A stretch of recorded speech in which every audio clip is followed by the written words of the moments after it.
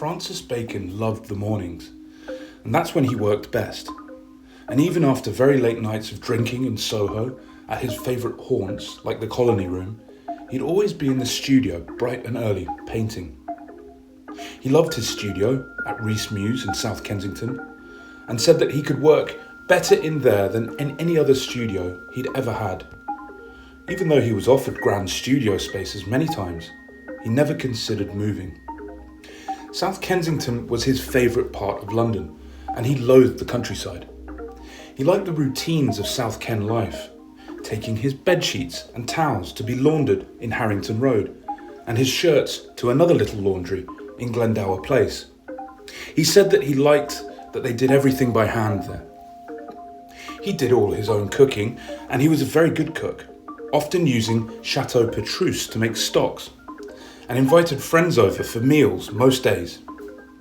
By day, his time was spent between the studio and the kitchen, which also worked as his bathroom, with his bathtub in the corner. In the winter months, he found it cosy to sit by the gas oven with the door open to keep him warm, especially while he was waiting for the bath to run. The studio was only for work and had a very different atmosphere to the rest of the house. John Edwards said, "He held the brush like a sword and stood far back from the canvas, staring at it, like he was fencing with an unseen opponent." He never cleaned his brushes either. He left them in pots of turpentine or wiped them on his dressing gown or on an old sock or shirt. He wouldn't allow anyone to smoke in the studio. He had a fear of fire and was terrified at the prospect of the studio with all its turpentine, dry paper and wood going up in flames. He allowed only his closest friends into the studio. They would often ask him why he didn't clear it out totally or build another floor on top to give him more space. But he told them that he feared it would be far too much of an interruption to his working days.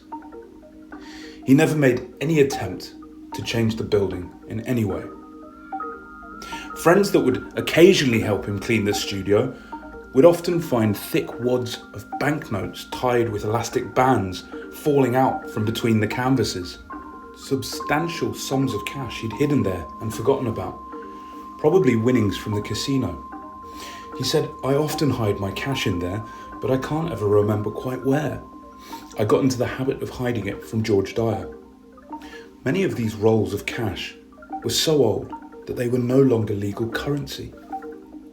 He would sometimes draw on tracing paper, slowly mirroring quick sketches he had underneath onto the canvas to start the painting off.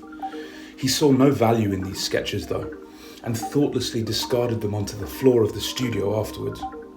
He never drank while he painted, but when he'd finished for the day, he would have a glass of wine, and that would mean painting was over.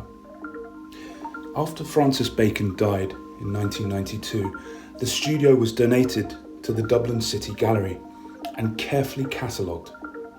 A little corner of South Kensington moved to Ireland, his birthplace.